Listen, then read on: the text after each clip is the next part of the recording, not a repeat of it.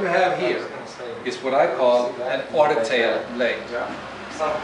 And an Ottertail blade is a wonderful blade, especially if you're soloing or you're a stern paddler in a canoe. And the reason for that is that the widest part of the paddle is up here, which essentially means that when the paddle goes in the water, the power you are transferring is actually to the surface of the water, this portion of the paddle. And when you come to the J stroke, you are not getting the shatter you would get from a paddle which is wide here and narrow here, which really is what tires you out up in here. You will, when you learn to paddle with something like this, you will very quickly find that to compensate for grabbing more water, you have to up your stroke rate. But it's still easy to do. And you actually, if you look at natives or you look at the voyageurs with the big voyageurs canoes, what they were using was all very slim paddles, just for that reason. Fascinating. It's interesting. So some people think the larger the paddle, the better, the faster you can paddle or the easier you can paddle, but what you're saying, that's not true. The other thing is, I paddle myself, and I always have two paddles in the canoe.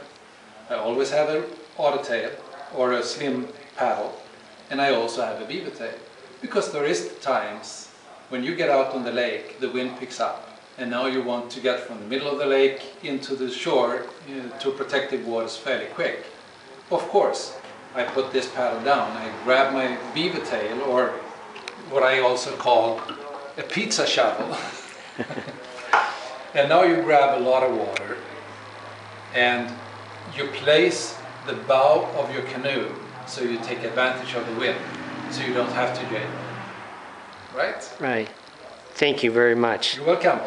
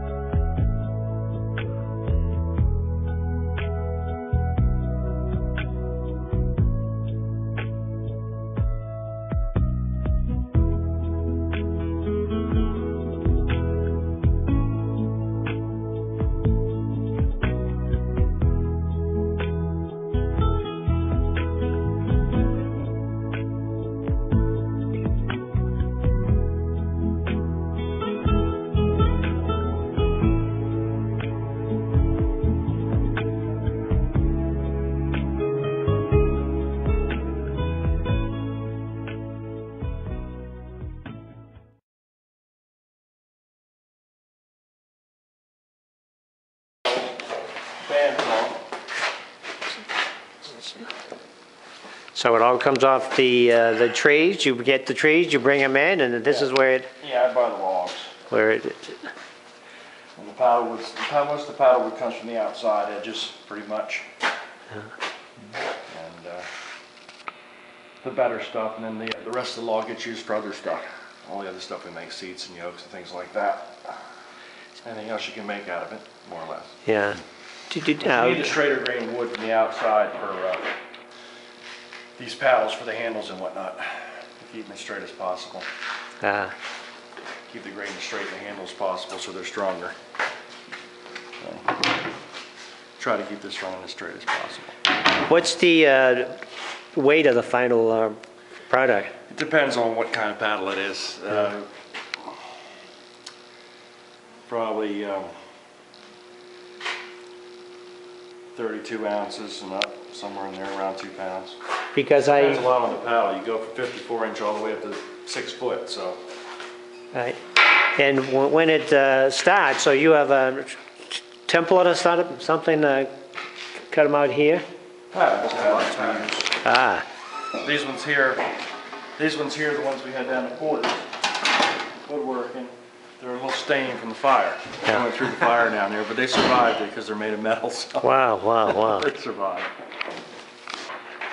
It's all one out to start with then.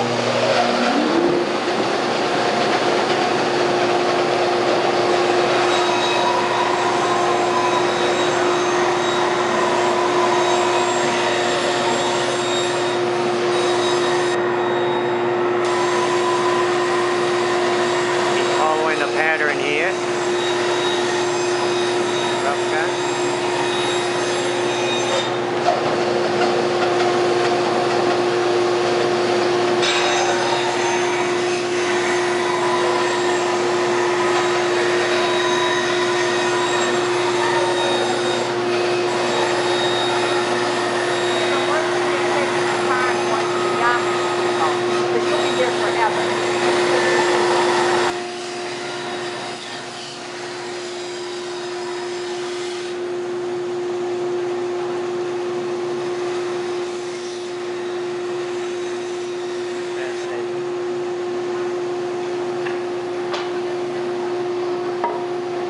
Don't fall very straight. Look down the edge. Oh, we gotta have a straight side. So we have to have a straight side here. We're going to put it through there.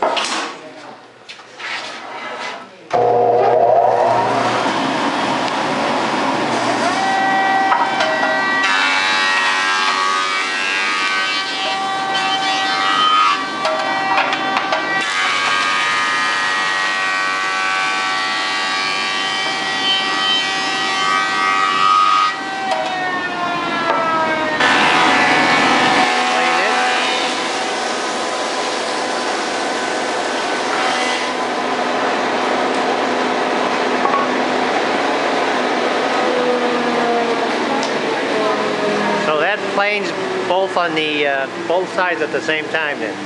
No, just one side. Just one side. That's just one side.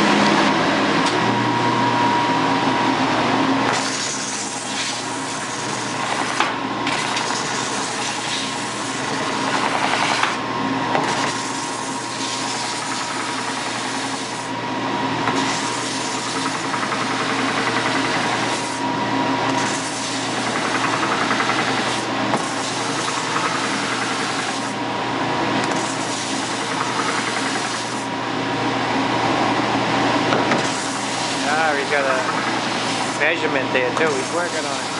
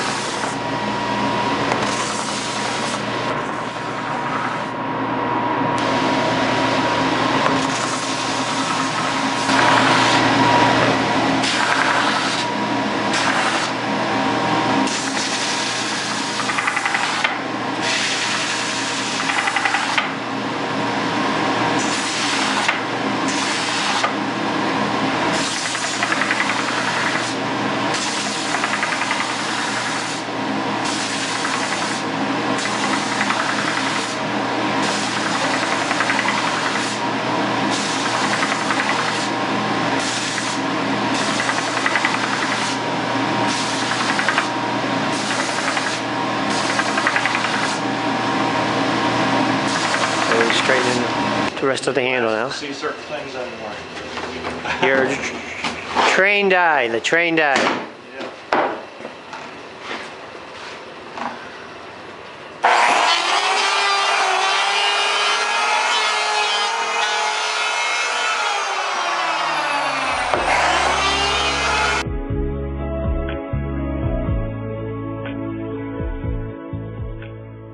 Ah, so you put a line on it with that in order to get the blade. I see. That's why the paddle has to be straight to start with. If it isn't,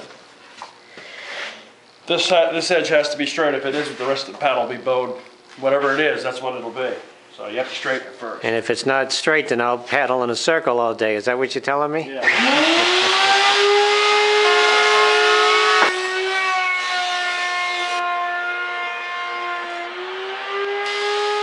Just use big shapers to do it.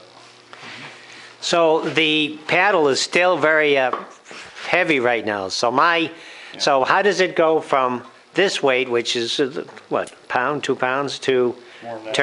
term 4 pounds right now. about 4 pounds, We're 2 about to take a whole ounces. bunch off the blade here. Okay, here we go. Fascinating to me that the weight change here. In this next step, significant wood is removed from the blade in a beveling manner. Notice the saw blade's protruding angle as Rick bevels the blade from thicker at the center to become thinner at the blade edges.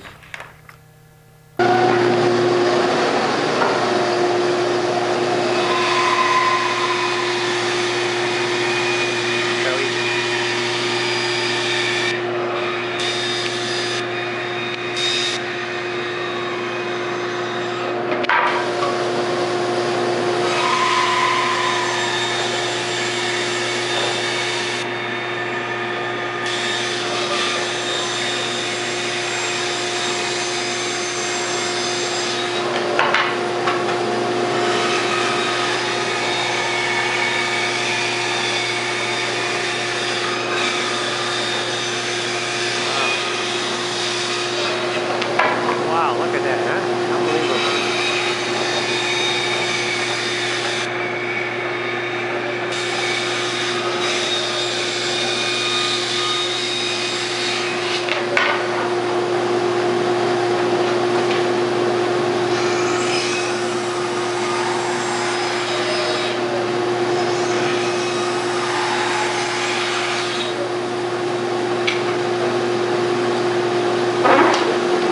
The loud part. The what part? Loud? This gets loud. Okay.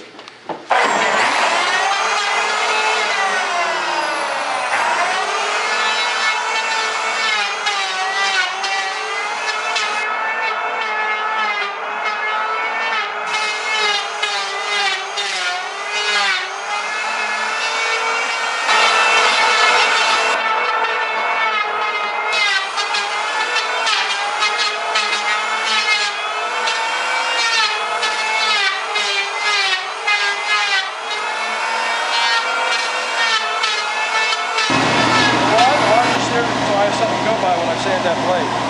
Like keep the blade Okay. nice and straight. So,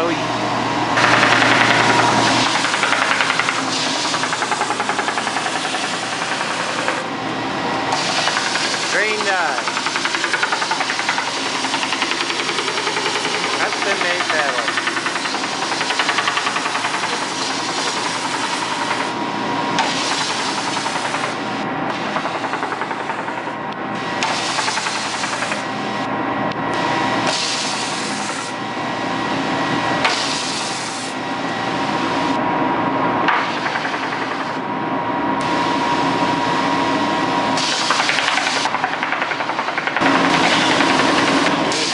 Looking at the line that he put on, working way through it.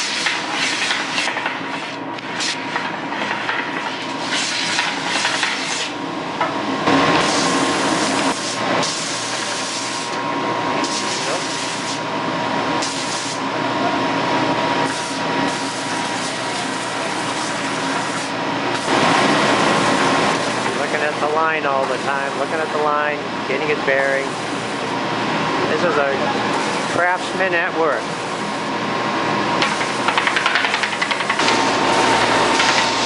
Put it through another finer sander.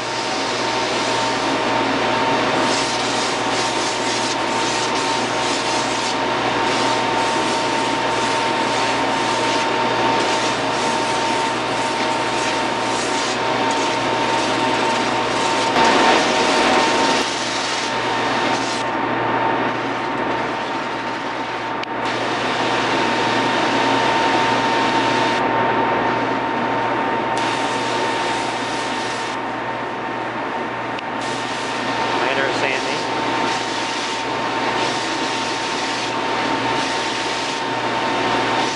The next level of sanding. Finer and finer and finer.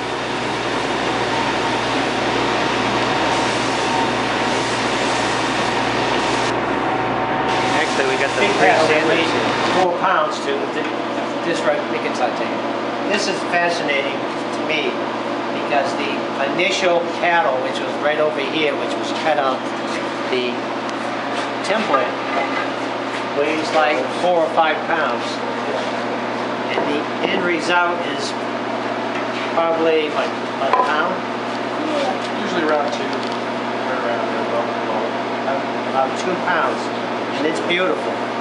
And you put it through 5 or 6 levels of sanding, from here to 3 there, back. This is fascinating, wonderful. Yeah, Now, what happens to the paddle? Does it go into the room there for just gets dipped in that tank. drying? Yeah. Now he's going to do the finishing part of it. I finished one with this. It's the easy part. Cleans it up.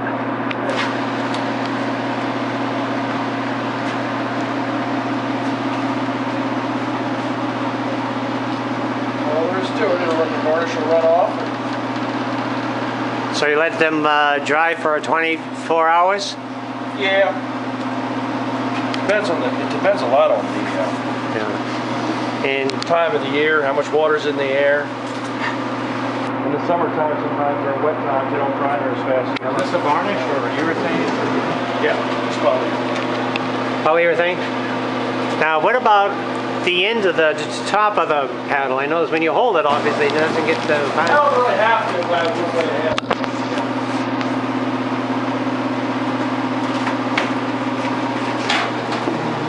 How long do you dry them? It takes a day. Takes a day. Now, these my paddles you're picking out? Yeah. Oh, fantastic. They've already been dipped twice, so I don't want to get to the next one.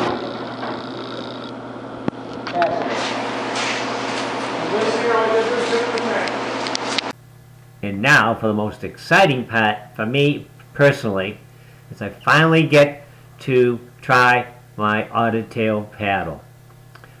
My wife and I, with our good friends the Nestlers, we had visited in August. We visited the Buckhorn Canoe Company in Ontario, Canada, and we learned when to use the Ottertail paddle, when not to, and what makes the Ottertail paddle so special. Then in November, through the good luck of my cousin Linwood Parsons, my wife and I, and Linwood and his wife Betty, we went to Dri-Ki Woodworking in Patten, Maine, to see and get our custom-made Ottertail paddle. Now it is time to give the Ottertail paddle a try. So here we are on Perkins Pond in Sunapee, New Hampshire, for the highlight of our canoeing using our custom-made Ottertail paddle. In a few seconds you'll see why I will now never have to say, I wish I had paddled a canoe using an Ottertail paddle. We went up to Ontario, Canada, went up to Buckhorn Canoe Company and talked to Dick Persson, the owner of the Buckhorn Canoe Company, and he explained to us the difference between the paddle-tail and the Ottertail. And at that point in time, I had never really tried the Ottertail. So in this particular video here, you heard Dick's explanation of the difference between the two. And I had never tried the Ottertail, so I figured it was about time to try an Ottertail. So I went to Patten, Maine, and I went to the Dri-Ki Woodworking Company, and I met with Rick Kim, the owner, and he measured me for an Ottertail. And there's various ways of measuring for the Ottertail, and the way that he measured with me was to stand up and from the bottom of my chin to the ground, and he made me a custom Ottertail. So we are now here in Sunapee, New Hampshire, and I have used the Beavertail, which is a fairly wide blade, 7 inches or so. I've used a bent shaft paddle, but today is the first time I'm going to use my Ottertail. So we're going to give it a whirl, and we're going to see what happens here.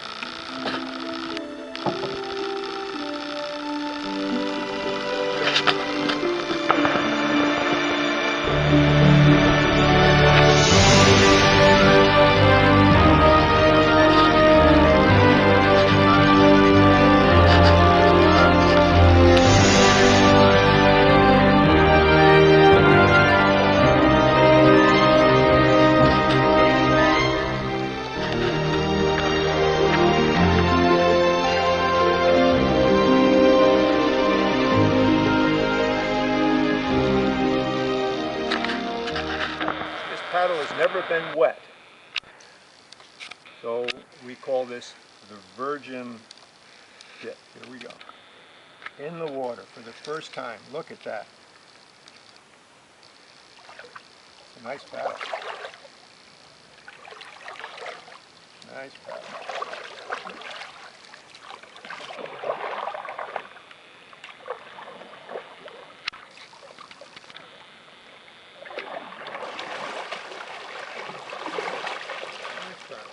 It's not too long.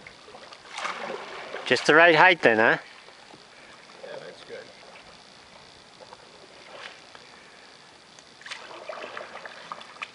Nice paddle. Good. And it's fat on the bottom. Here's Dundee demonstrating the J-stroke with his brand new Ottertail paddle. And you will notice he's keeping the paddle in the water as he comes forward with it. He's got the backward stroke and it's coming in.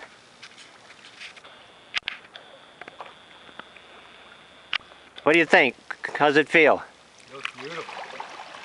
Very nice. Nice and smooth. You look good and very comfortable in it. Yeah. This is Outdoor Steve from Sunapee, New Hampshire, saying I never have to say I have not tried an Ottertail paddle. We wish you happy canoeing.